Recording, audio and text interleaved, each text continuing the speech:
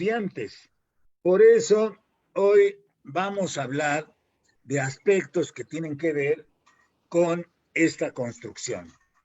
Y la construcción implica que rápidamente hay cosas actualmente que están en la tecnología educativa y que son vigentes.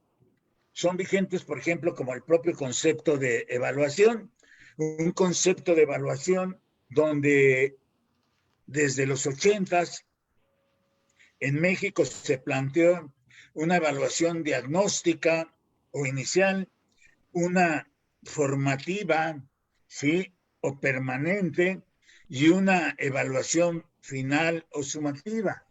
Ese concepto cambia con la RIEP, bueno, agregan otros conceptos como la autoevaluación, la coevaluación, la heteroevaluación, pero también en los cuadernillos de evaluación que publicó la Secretaría de Educación Pública, hablan de los efectos de la evaluación y de las herramientas e instrumentos que nosotros tenemos que generarnos para poder hacer un ejercicio de evaluación adecuado.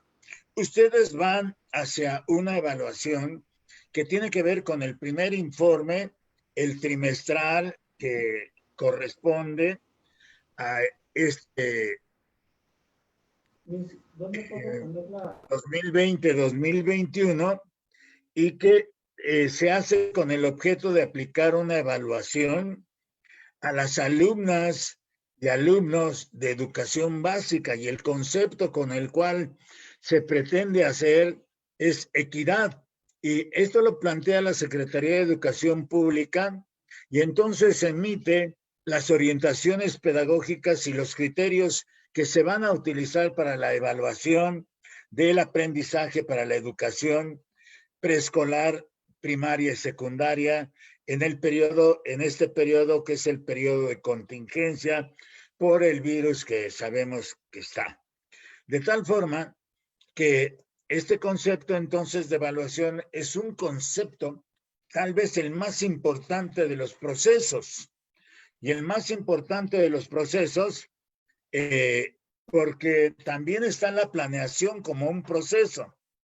Y al estar la planeación como un proceso, la planeación empieza con evaluación y termina con evaluación. Y la evaluación empieza con evaluación y termina con evaluación. Parece un juego de palabras, pero no lo es. ¿Por qué? Porque para iniciar una planeación, para hacer un plan de trabajo o para hacer el ejercicio de la planificación como un ejercicio que primero se piensa y después se escribe, tengo que evaluar las condiciones en las que estoy. Así, por ejemplo, si yo estuviera en educación inicial, tendría que evaluar las condiciones en las que se da la educación inicial y cómo, por ejemplo, se da el acto de la crianza de los niños. Si estoy en educación preescolar, tengo que hacer este mismo ejercicio y ya plantea entonces la educación básica desde la RIEP, para no irme muy atrás, y desde los aprendizajes clave, un perfil de egreso para el nivel. Como estoy en educación primaria, también tengo que observar esto. Tengo que observar el perfil de egreso que me están planteando, porque parece que la nueva escuela mexicana avanza muy lentamente. Está avanzando muy lentamente y ha tenido que enfrentar, como lo ha tenido que enfrentar toda la humanidad y todos los sistemas educativos en los países de este globo terráqueo, han tenido que enfrentar estrategias para resolver o plantear estrategias para ir resolviendo la situación de la escolaridad. Hoy la escolaridad no está allá, la escuela se traslada acá a las pantallas. Acá estamos unos de un lado, otros de otro. Pero también hasta definir qué tipo de acción estamos desempeñando, si esto es remoto. Por eso desde los 80s el concepto de la evaluación está presente, maestros, y necesitamos tomarlo muy en cuenta, porque las orientaciones que se han dado a partir del boletín 291, que comentará hoy la maestra Marta Patricia Alcántara Paz y mañana la maestra Alma Lidia Tapia Moreno, son orientaciones que debemos de tomar muy en cuenta. Para ello, cuando yo inicio un trabajo, necesito plantear qué pretendemos en esta sesión y me voy a llevar una hora tal vez, voy haciendo ajustes porque ya inicié y voy planteando lo que se requiere para poder llegar a una sesión exitosa. Vamos a reflexionar sobre las condiciones en que se llega al primer informe de evaluación, que se rendirá el próximo 15 de noviembre, crear una serie de ideas sobre el conocimiento de ser maestro que faciliten crear ambientes escolares, ambientes de aprendizaje, y también pretendemos establecer una serie de análisis sobre los conceptos, por ejemplo, sobre el concepto de práctica reflexiva o el conocimiento de sí mismo, la educación armónica, la excelencia educativa, porque esos conceptos me facilitan y porque pretendo que me faciliten la evaluación. Y tendríamos que crear elementos que permitan a ustedes realizar una evaluación cualitativa con base en rasgos diversos. Y yo planteaba antier, el lunes más bien, las frases de arriba, este caso en el que me digo a mí mismo iterativamente, fíjense cómo lo dije, me digo a mí mismo iterativamente que llevo 7 meses de cuidados personales. Mis condiciones han cambiado y muchas de ellas han sido sin darme cuenta. Y efectivamente muchas de ellas, las condiciones, hablo de ellas, algunas o muchas, depende del caso personal, el sujeto no se percata qué está pasando. Porque los primeros días de la sana distancia, cuando hemos dejado de ir a la escuela, la gente empieza a desvelarse mucho. Netflix le roba el tiempo a las familias, le empieza a robar el tiempo. Las redes sociales se incrementan y las plataformas empiezan a hacer su agosto en marzo. Es decir, las plataformas han crecido muchísimo. Han crecido lo que nunca pensaron que tenía que darse.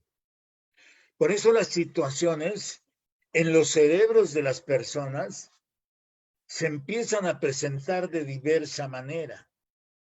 Mi mente y mi pensamiento deben de estar a tono con lo que estoy viviendo, porque sostuve desde un principio, siguiendo a la autoridad sanitaria del país, que lo primero era la salud. Es decir, lo primero para todos nosotros era la salud. Pero no nada más la salud física, porque dejamos de hacer ejercicio, estamos en condiciones diferentes, tenemos que hacer ejercicio ahora en casa. Quienes vivimos en departamentos, dejamos muchos días de ver el sol. Es más, yo ayer no vi el sol. O sea, también esa serie de situaciones, pero además tengo que armonizar mi mente y mi pensamiento para poder atender a mis estudiantes. Cuando me empiezo a enterar que en las familias de mis alumnas se empiezan a suscitar problemas de salud y hay fallecimientos. Es decir, las condiciones han cambiado. Por eso ya no digo que nos agarró mal parados, que no estábamos preparados, eso ya lo sabemos. Ahora tenemos que pensar cómo vamos a ir hacia adelante, porque si no pienso cómo voy a ir hacia adelante, no voy a poder colocar una serie de elementos que me permitan reflexionar como lo han hecho diversos maestros, cuando en este caso que presento, que es de Nayarit, la maestra dice, Son momentos difíciles para todos. Los maestros debemos valorar el gran esfuerzo de muchos padres de familia que hacen sacrificios por dar continuidad a los aprendizajes de sus hijos. Es cierto que algunos no han podido dar esa continuidad por carencias económicas contextuales. Aunque quieren, no pueden. Este es el pensamiento, como tengo muchas ideas de maestros del país que me han permitido ir observando sus textos a lo largo de esta pandemia. Y resulta entonces que cuando inicia la sana distancia, yo hago una videograbación y me dirijo a la Secretaría de Educación Pública para comentar que lo más importante en ese momento, a partir del 20 de marzo, que se anuncia, y ya el 24 de marzo ya estábamos alejados de las instituciones educativas, yo sostengo que lo más importante es revisar, más que revisar los contenidos, educar. Es decir, tendríamos que haber empezado a educar para muchas cosas que no habíamos educado, maestros. Es más, revisar hasta mi modelo de educación. ¿Por qué? Porque la educación tendría que ir de la mano con el cuidado personal, con la salud, y también hay que sostener que hay muchas familias que están alejadas de servicio, de salud, aunque haya mucho, pero sus comunidades no les permiten. Dichosos nosotros que estamos en las comunidades urbanas, porque ya cumpliendo 8 meses de cuidados y de protección, hemos conocido lo que ha dicho el secretario de Educación Pública, Esteban Moctezuma Barragán, y lo que dice el secretario de Educación Pública es que con esta acción, es decir, con el discurso dado a conocer el domingo, la Secretaría de Educación Pública busca salvaguardar, dicen en la Secretaría, en todo momento el bienestar de la comunidad estudiantil, garantizando, dicen ellos, el tránsito de los educandos por el sistema educativo nacional, y lo que pretenden, entiendo, es dar cumplimiento de los procesos afectados por la pandemia. Es decir, el secretario de Educación Pública ha comentado que no todos los niños, todas las niñas, los niños, los adolescentes tienen las mismas condiciones para mantener el aprendizaje. Y esto es lo que nos está diciendo la maestra Nayarit. No todos tienen las mismas condiciones, pero también los maestros, como dice ella, tenemos que ser empáticos con la situación de esas familias. Pero agrega ella, hace su pero. Reconozco.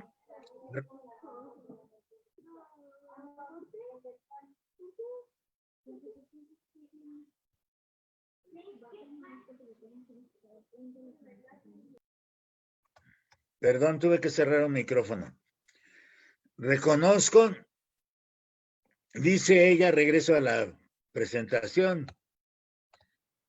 en el pero que coloca ella, dice la maestra Yadira Ojeda, dice, pero también reconozco que existe otro grupo de alumnos y padres que pueden, pero que no quieren, y simplemente no se les da la gana ver la televisión, hacer actividades, ¿sí? Aquí está mala redacción, leen mensajes en WhatsApp y hacen caso omiso. En conclusión, no tienen interés.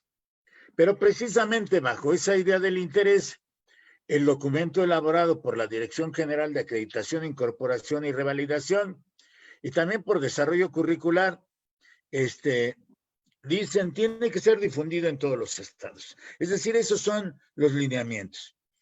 Y están sosteniendo que no se va a regresar a clases presenciales en las escuelas hasta que haya un semáforo en verde. Todo esto nos obliga a hacer reflexiones.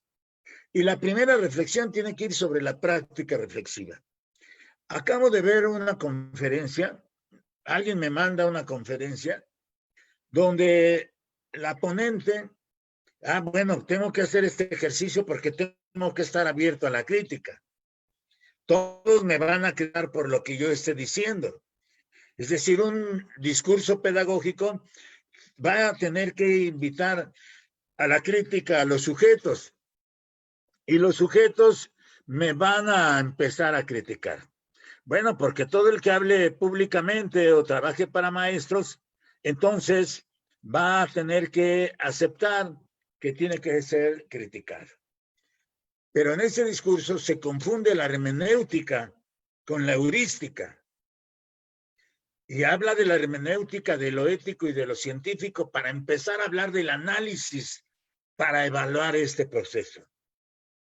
Y yo digo que no hay que ser así como tampoco muy teórico, porque lo que necesitamos son cuestiones prácticas, más cuestiones prácticas que hagan efectivo el trabajo de los maestros. ¿Por qué? Porque los padres de familia están cambiando su actitud en las pantallas o ante la pantalla. Hay padres de familia, y de eso nos hablará mañana la maestra Almalivia. Hay padres de familia, madres de familia que están enfrentando a las educadoras, a los maestros y a los maestros de secundaria, y los enfrentan abiertamente así a través de la pantalla con su cámara. Padres de familia que parece que ellos son los participantes de la clase. No permiten que los niños tomen la iniciativa para el trabajo. Pero también hay padres que dejan solos a sus niños, niños que prenden solos sus instrumentos operativos, entran a la plataforma que les dicen o a la aplicación y lo pueden hacer. Es decir, hay de todo. Por eso tengo que ir a la práctica reflexiva. Primero yo, como un ejercicio que es necesario para mí, Manuel Quiles, para mí, para sentirme maestro. ¿Por qué? Porque el sentimiento de maestro es algo que cuando yo estoy trabajando o voy a trabajar con grupos de maestros, yo todavía me sigo poniendo nervioso. O sea, yo como maestro me pongo nervioso. ¿Por qué? Porque si yo dejara de ponerme nervioso, implicaría que ya no tengo ese correr de la adrenalina en mí para poder trabajar frente a un grupo. Entonces necesito poner atención, mi mente y mi pensamiento bien ordenados para que cuando yo los quiera activar, los active y cuando yo los quiera parar, los pare. Ahorita tengo que activar mi mente y mi pensamiento y coloco mi mente en sentido abierto. Es decir, estoy dispuesto a recibir la crítica, siempre y cuando la crítica pueda ser constructiva. Por eso, quien confundió la hermenéutica con lo heurístico, en la crítica constructiva, pues hay que leer más. Se requiere leer más. ¿Sí? Y coloco la mente abierta y tomo los conceptos de la práctica reflexiva, que en un discurso ya fácilmente de hace 140 años, porque John Dewey, el filósofo norteamericano, el filósofo de la educación, que crea esta parte inicial de la práctica reflexiva, a lo que va a llegar con estas 4 ideas es a decirnos, tú tienes que sentirte educador. Y yo digo, educador es un concepto muy amplio, muy amplio. También profesor es un concepto muy amplio. Pero hay quien le gusta sentirse docente. Casi a todos ahora les gusta sentirse docentes y no encuentro un título de docente, no encuentro una escuela que forme docentes y que entregue un documento que diga que formó docentes. Es decir, también los conceptos que nos han colocado desde la corriente neoliberal. En algunos países, inclusive en Argentina, ya hay una discusión sobre la construcción, o sea, sobre el constructivismo. Y está en debate la situación educativa. Por eso yo voy a la parte reflexiva, pongo mi mente abierta y me tengo que mostrar responsable y honesto con la labor profesional, con lo que yo hago como tarea con mis estudiantes, qué hago y qué planteo yo en la tarea con mis estudiantes, cómo tengo que observar mi trabajo el trabajo de práctica docente. Lo único que es docente es la práctica.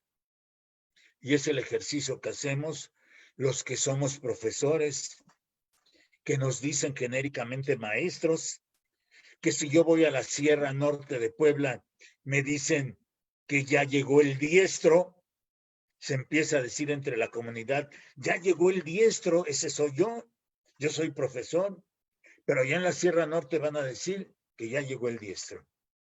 Y en mi comunidad, en el puerto acapulqueño, van a decir que ya llegó el profe. Y si voy a la vulcanizadora, hasta me dicen, May. Sí, o sea, ¿cómo son los términos? ¿Cómo son los conceptos para llamarme? Por eso yo me siento profesor. No me siento docente, me siento profesor. Estudié una carrera de profesor doblemente en la Nacional de Maestros y en la Normal Superior, y esa es mi formación. Esa es mi formación. Por eso, la honestidad y la verdad en el ejercicio de práctica docente. Y el tercero, sentarse y escuchar. ¿Qué le está faltando a los maestros jóvenes? Escuchar discursos pedagógicos, escuchar experiencias. ¿Por qué? Porque la persona que platica para maestros y plantea que la teoría es lo máximo, está equivocada. La teoría pedagógica sí ayuda, pero por sí misma no resuelve un problema.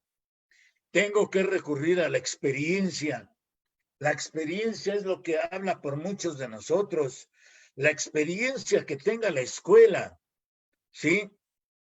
En este caso, de las Américas, de Cuautitlán, la experiencia que tenga el colegio es la que lo va a ayudar, le va a ayudar a salir a flote en estas circunstancias.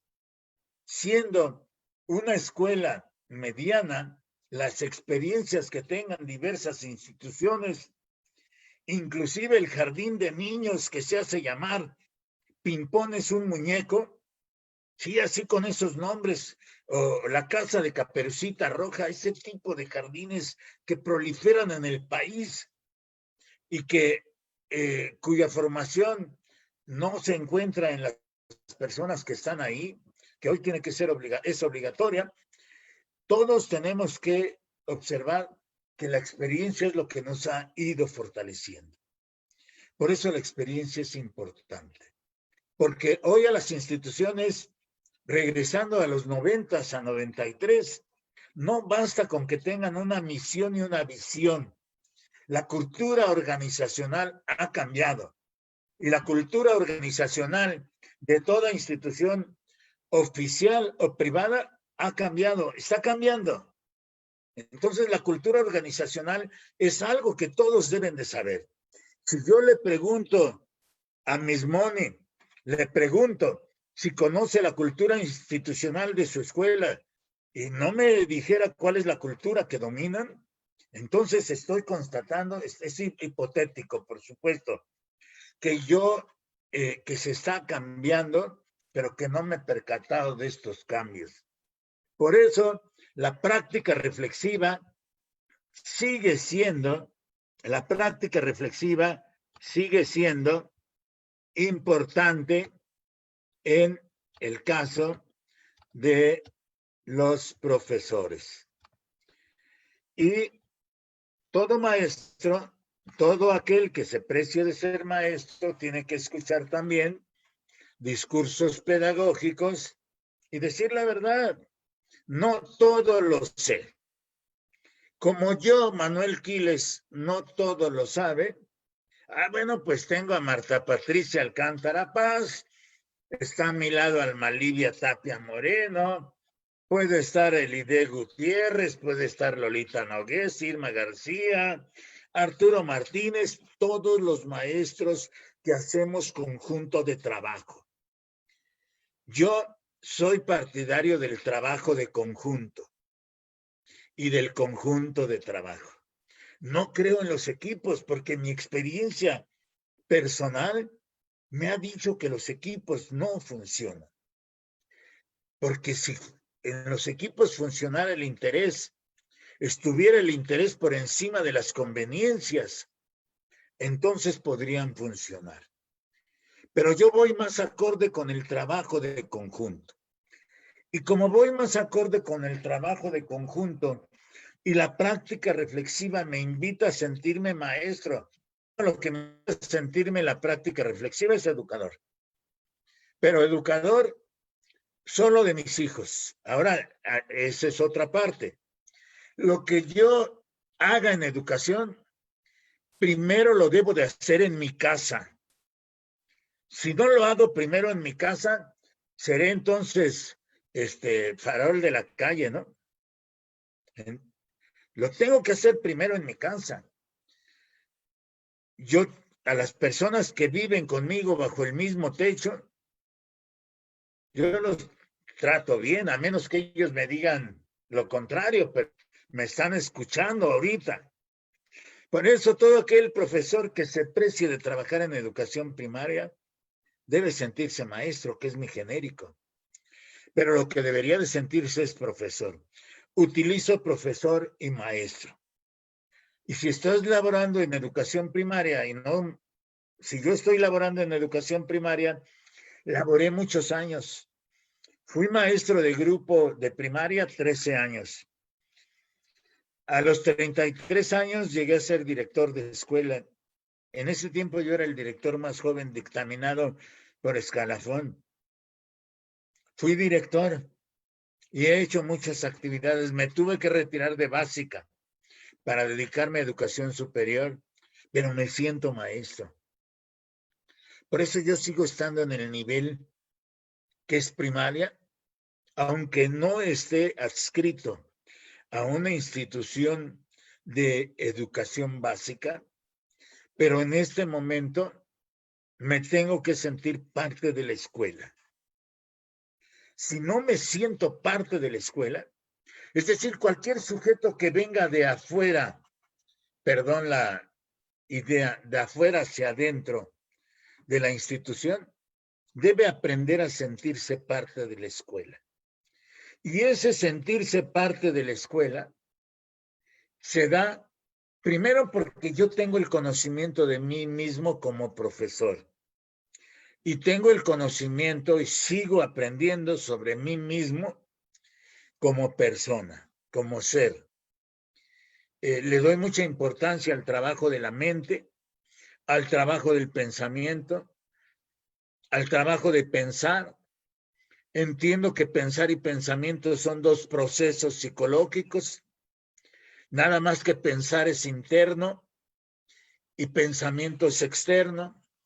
Nada más que pensar es subjetivo y pensamiento es objetivo. Nada más que pensar es mío y el pensamiento lo socializo. Lo que están ustedes escuchando de mí es la forma en que estoy pensando.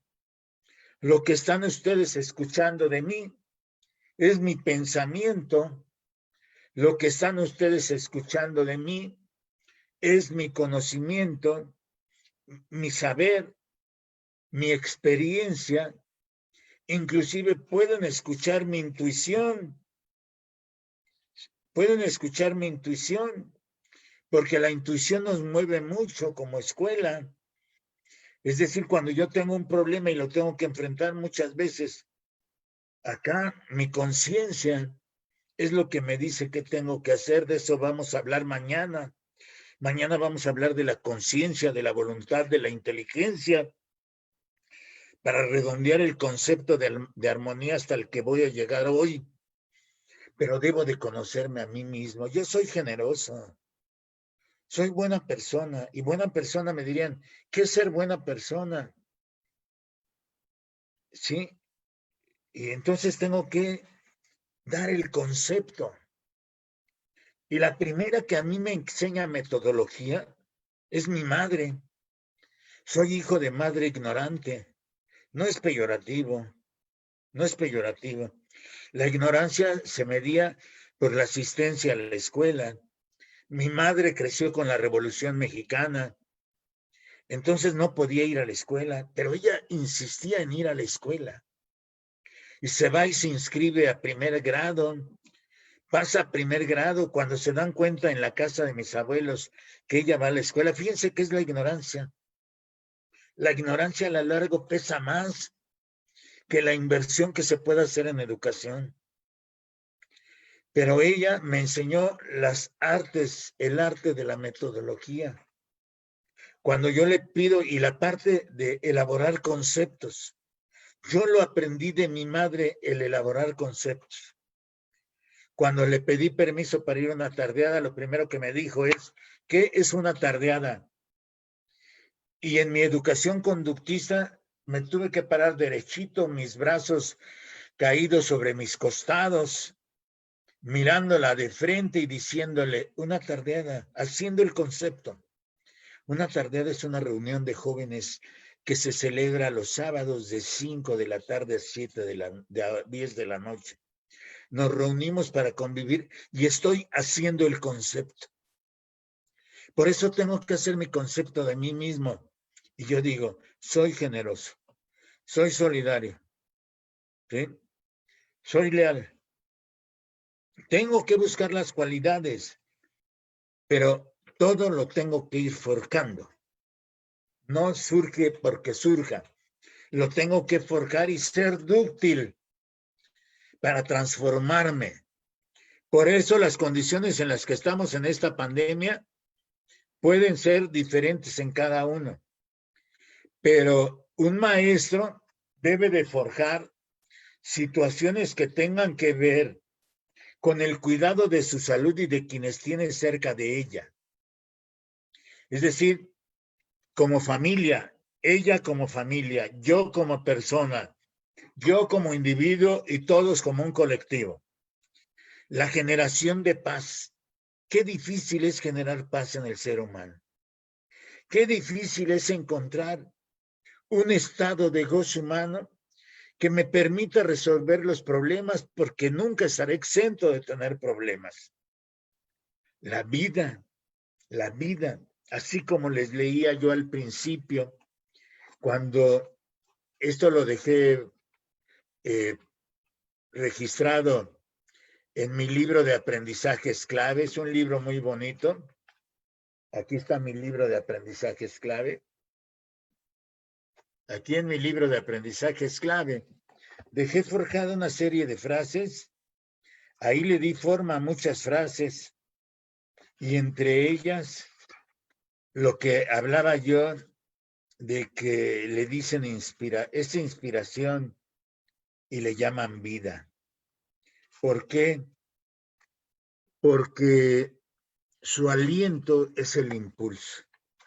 Y todos los niños ahorita, los niños de esta escuela, los niños de cada uno de los maestros y los padres, lo que necesitan ahorita es un aliento. Por eso cuando me dicen se le va el aliento, es que va en decadencia. Entonces el aliento en realidad ahorita es impulsar. ¿Para qué?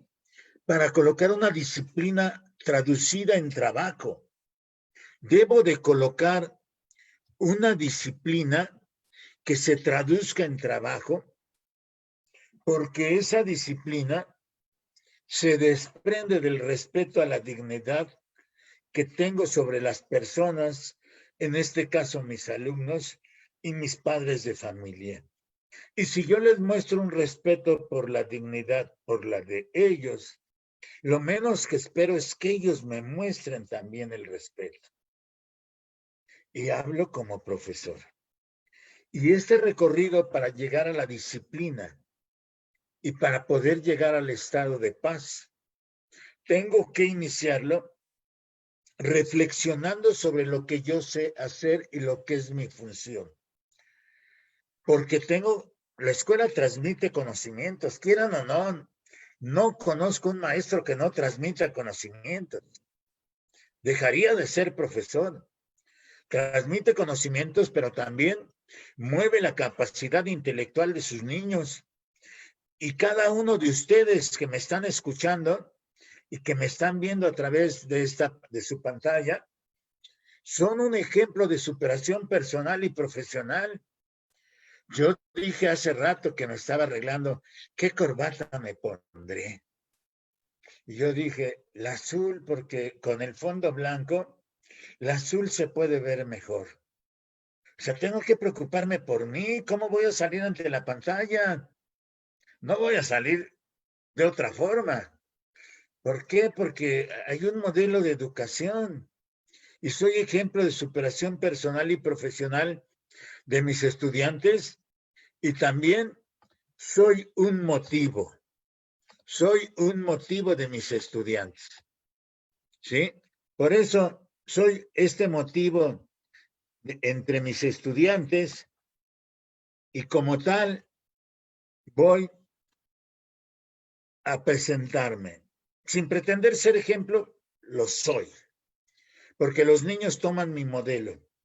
Las niñas se quieren peinar como sus maestras. Las niñas imitan a sus maestras, a sus mises, a sus educadoras, a sus catedráticas, las adolescentes. Las adolescentes actúan como sus catedráticas. Los niños actúan como nosotros los varones. Por eso tengo que enseñarles también a que puedan generar un estado de paz, porque esto no me lo dijeron las competencias para la vida. Las competencias para la vida desde la RIEP y con los aprendizajes clave, no me dijeron cómo poder generar en el ser acciones. O sea, acciones profundas de mente, de pensamiento, de estado de ánimo, donde la paz sea el estado de goce humano máximo. ¿Por qué? Porque si tengo salud y tengo paz, voy a tener todo lo demás en consecuencia. ¿Sí? Y puede ser que mi futuro, pensando en el futuro porque pienso en el presente, sea promisorio. Yo requiero un futuro promisorio para cada escuela. Requiero un futuro promisorio para ustedes. ¿Por qué? Porque ahorita la competencia, si habláramos de esa competencia que a veces se da entre escuelas oficiales y particulares, la competencia es mayor. Unas tienen mayores instrumentos tecnológicos, otras no. Unos niños tienen acceso a plataformas, otros no. Pero antes que todo eso está vivir bien con uno mismo. Por eso la evaluación es interesante. Porque en algunos casos, cuando yo no tenga comunicación con los padres, puedo no registrar algo o nada.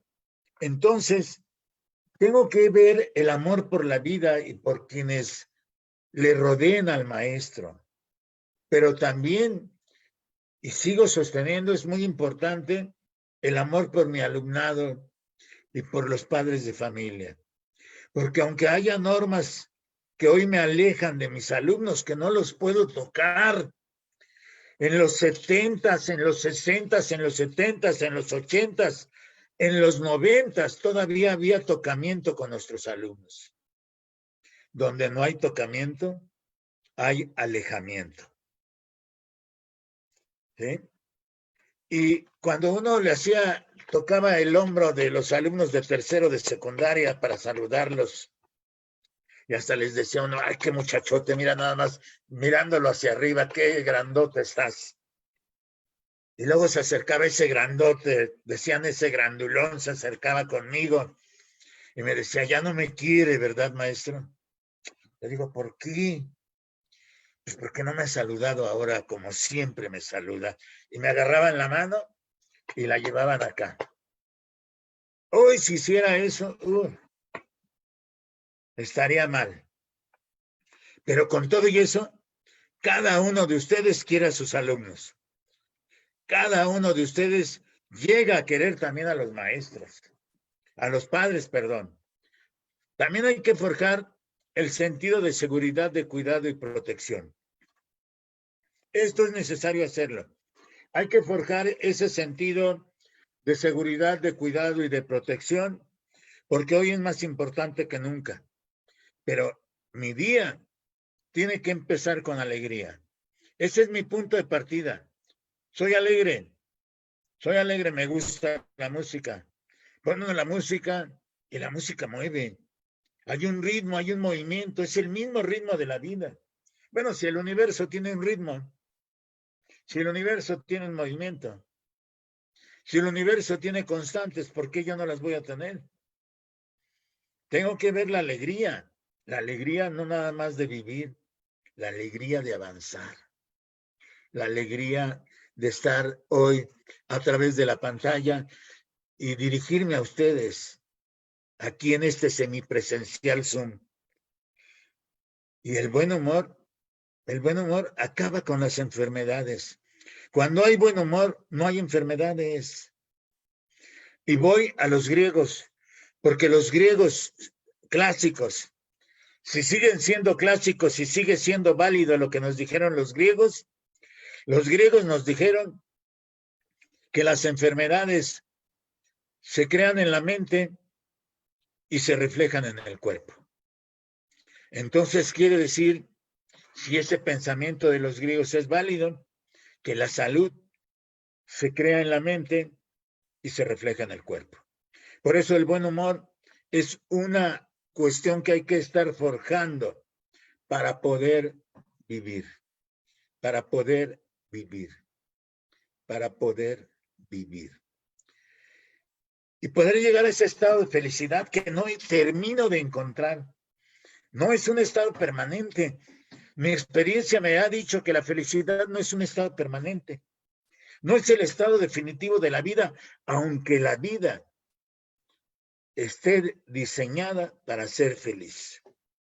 Porque la vida está diseñada para ser feliz. Pero mientras que logro eso, porque tengo que aprender, tengo que ver esos destellos de luz que llegan como este, con el que me favorecen esta tarde, ustedes que me están viendo en Izcalli, como esto. Este es un destello de luz. Este es un destello de emoción. Y tengo que ir de manera incesante, día a día, momento a momento, día a día y paso a paso, tengo que ir en la búsqueda de la felicidad. Y tengo que ir en la búsqueda de la felicidad porque tengo que reconocer y agradecer. Y cuando yo soy capaz de reconocer, yo reconozco y agradezco a mis compañeras, a la maestra Marta Patricia Alcántara Paz y a la maestra Alma Livia Tapia Moreno. Pero también reconozco y agradezco a Dolores Nogués, a Elide Gutiérrez, a todos los que me acompañan muchas veces. Como reconozco y agradezco a la profesora Lourdes Zacarías y a la maestra Cristina. Y entonces, reconocer a veces es inconmensurable. Cuando me refiero a la dicha de vivir, a la dicha por vivir. Por eso les decía yo hace rato, ¿sí? Es inspiración y le llaman vida. Y la vida es fabulosa. La vida es lo más bello que nos ha tocado vivir como experiencia y valorar también esa acción educativa que me permite a mí como profesor, como maestro, tener esa condición y esa capacidad para formar a mis estudiantes. Porque el maestro que se atreve a formar sabe que va a enfrentar problemas. Y por eso, como nosotros nos atrevemos a formar, inclusive a veces hasta nuestros compañeros adultos, nuestros adultos nos dicen, nuestros amigos, alumnos, alumnas, seguidores del Facebook, nos dicen, cuando sea grande quiero ser como usted. Y yo les digo, no es broma, fíjate que no me lo estás diciendo como broma, porque en el fondo sí deseas ser como yo. Imagínate, que alguien le decía yo a la maestra que me decía eso, imagínate que muchos están pensando todavía en hacer su proyecto de vida, ¿sí? Y me dice, y de veras, si usted ya está haciendo su proyecto para cuando se jubile, Le digo, no, está muy difícil que me jubila. Sigo estando hábil mentalmente. Soy productivo, soy creativo, soy innovador y tengo mi genio y mi brillantez. Y no es jactancia ni es ego. Porque si no reconozco lo que yo tengo, si no reconoce cada uno de ustedes lo que porta, lo que posee y lo que es, difícilmente van a poder impactar a sus niños. Y hoy hay que estarlos impactando a través de la pantalla, perdón, pero hay que estarlos impactando así. Ellos podrán saber muchas veces más que yo de tecnología, ¿sí? Pero cuando yo entro, trato de aprender. Es decir, en la medida, los maestros millennials, ellos nacieron ya con contacto con la tecnología. Y los maestros jóvenes son los que nos están ayudando también. Por esto también hay que reconocerlos, pero también tengo que reconocer qué porto yo, qué soy yo, qué tengo yo. Por eso, aquí siguiendo en este plano, me atrevo a formar y tengo problemas. Mañana la maestra Alma Lilia nos va a hablar de los problemas que se están suscitando a través de las pantallas entre padres y maestros, entre padres y niños, entre niños y maestros. 4 situaciones para la salud mental. Hago un trabajo a distancia, pero tengo horario. Debo de colocar un horario. La parte 3 me dice, no olvides tus horarios y la organización en el trabajo. No olvido mi condición humana y como no tengo que desplazarme, pues de todos modos me arreglo. De todos modos me arreglo. ¿Por qué? Porque alguien dice los maestros nos mostramos en el Facebook como somos. ¿Eh? Y alguien dice, ya me cansé de chanclear. Alguien más dice, me puse zapatillas a ver si todavía sé caminar así. Es decir, cada quien va dando su tono. Bueno, pues cuando menos yo me arreglo bien porque voy a presentarme ante maestros. Y ante maestros empiezo a observar todo este recorrido de la sana distancia, aprende en casa 2 y me pregunto, ¿cómo te sientes como profesor de primaria o como educadora o como maestro de secundaria o como maestro del bachillerato de educación superior? ¿Y cómo te sientes como persona? O sea, ¿cómo te sientes como profesor? ¿Cómo te sientes como persona? Yo me respondo, bueno, como persona me siento bien. Tengo mis problemas, pero mi estado de paz me ayuda a resolverlos. Busco la alegría, busco la felicidad. Tengo la dicha de vivir, tengo salud. Sí, tengo trabajo. Entonces, esto tengo que traducirlo también con mis alumnos, el ánimo. Y si no, ellos se dan cuenta, ¿eh? Ellos se dan cuenta, ellos se percatan, aunque estén a través de la pantalla. Por eso de la sana distancia, los 40 días primero, que pensaba yo que iba yo a salir, yo hacía hasta mi razonamiento. Si China salió el 8 de abril y nosotros empezamos el 20 de marzo, nosotros más o menos tendríamos que haber salido el 8 de julio. Qué razonamiento tan de bajo nivel. Porque me dijeron, no, momento, cuídese, sana distancia, protéjase, póngase su protector, ¿sí? Y entonces, pues todos con el cubrebocas, con la mascarilla, pero llegamos a 100 días y hoy ya llegamos casi a 240 días. Ya en agosto colocaron la estrategia que puede gustarme o no gustarme, pero ahí está. Y ese es un acto de política educativa.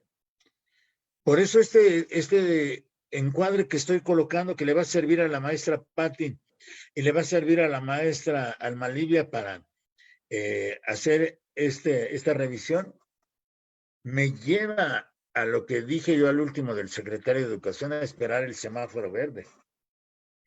Ahí es cuando vamos a regresar a la escuela y si me preguntaran cuándo, no sabemos, pero a lo mejor hay diseño de qué va a pasar el próximo año en términos de política de Estado, de política pública. Ya hay un diseño de qué va a pasar el próximo año, qué se espera. Hay una perspectiva que están haciendo. Y yo ahí tengo mis videos, mis videograbaciones en mi canal de YouTube donde me he ido acercando a lo que van diciendo después. Por eso, tal vez vamos a regresar hasta el próximo año. Hasta el próximo año. Tal vez este año sea así como vamos. Por eso dice la Secretaría de Educación, hay que evitar el riesgo a la salud de alumnos, docentes, madres y padres. Y yo digo que sí. Yo digo que esas ideas, como en algún momento se manifestaron de que si se abren las escuelas y un alumno se contagia, se cierra, ¿para qué se exponen? Entonces, si hemos iniciado 2020, 2021 a distancia, entonces hay que apoyar el trabajo que estamos haciendo, porque lo más importante siguen siendo nuestras niñas, nuestros niños, nuestros adolescentes, nuestros jóvenes, pero también los maestros y los padres de familia somos importantes. ¿Sí? Y tenemos que mantener activamente en términos intelectuales a nuestros niños. Hay muchas maneras de hacerlo, pero no se hicieron al principio de la sana distancia. Y hemos ido aprendiendo muchas cosas. Hoy ya aprendimos a protegernos. Solamente, perdón, pero los que se sigan quedando en un estado de atraso, que no se protejan, también tienen que asumir que van a causar problemas. Pero todos estamos en un sentido de protección. Por eso le tengo que dar sentido a la vida personal y laboral y se lo doy con 4 sentidos. Mi escuela, mis alumnos, mis maestros, mis padres de familia. Ellos son mi sentido de pertenencia. Los conceptos del sentido de pertenencia: respeto y trabajo. Yo ofrezco respeto, yo ofrezco trabajo. Lo que espero de la otra parte es respeto y trabajo. Y eso se los tengo que decir a mis padres de familia. Ustedes son mis padres de familia porque yo les doy respeto y yo les doy trabajo. Y lo menos que espero de ustedes, papacitos, es respeto y trabajo. Y eso le doy a los niños, y eso le doy a la subdirección general, y eso le doy a la dirección general, eso le doy a mis subdirectores, eso le doy a los maestros. Eso es lo que nos tenemos que dar entre todos: respeto y trabajo. Y yo me tengo que mostrar como ejemplo de respeto y trabajo con mis hijos, porque mis hijos que ya son mayores, la mayor me dice: yo recuerdo las frases con las que llegabas a la casa, papá, y siempre te vi trabajando. Y hoy vivo con mi hijo menor y siempre me ve trabajando. Y él se disciplina también.